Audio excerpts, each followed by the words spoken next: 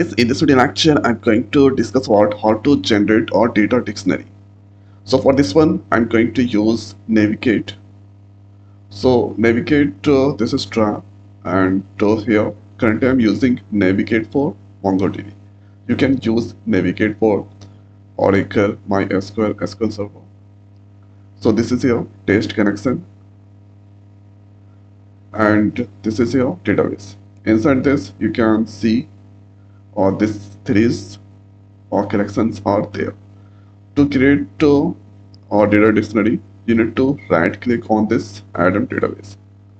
Then you have the option data dictionary. You need to click.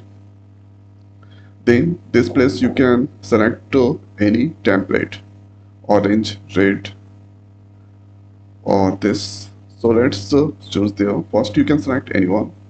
The next, click on this next button, and here this title you can give meaningful.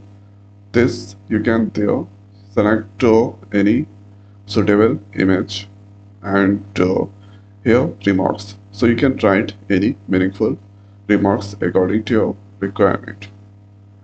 So I'm not going to do any changes. Let's click on this next. So this is the location where data dictionary is going to create with the name of data dictionary.pdf. So let's click on this start. So this is here data dictionary that's created. So close. Let's click on this save. Okay, don't save. Simply close, don't save. Thereafter, they are just created the data dictionary on this document section. Here data dictionary PDF file is there. So let's double click on this PDF file. Here you can see add a data dictionary. This server test one date is there. If I scroll down, here you can see this.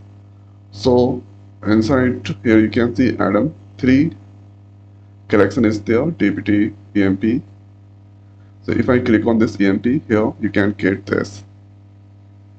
Okay, so let's go, or let's go back, or this 3 collection and this table content. If I scroll down, here you can see this is the ready-made introduction that's come there, and here you can see server database connection dbt.